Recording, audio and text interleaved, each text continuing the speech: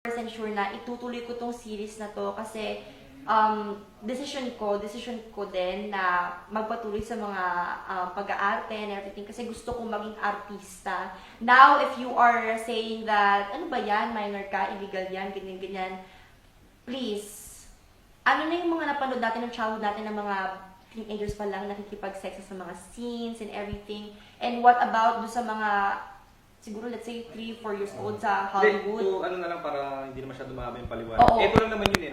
Ito, gusto namin yung ginagawa namin. Ngayon, kung ayaw nyo yung ginagawa namin, edi wag nyo lang panoorin. Huwag nyo lang panoorin. Ngayon, kung ayaw nyo kami panoorin dahil nasa illegal age pa ako or minor pa ako, please huwag nyo lang panoorin. Kasi hindi naman namin pinagpaguran lahat at pinag-effortan lahat para lang sa inyo. Hindi namin ginawa yung series para sa inyo.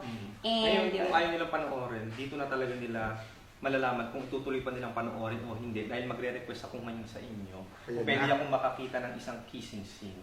Siguro mga 10 seconds. 10 seconds. Oo. 10 seconds. Parang ayaw mo. Artista naman kasi kami, so we can do it. Okay. Kaya namin. Yes.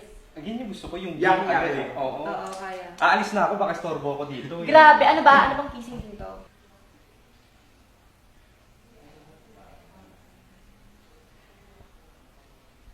Kinikilig siya. Kinikilig siya. Kinikilig siya. Nakita mo yun, Josh? Kinikilig siya.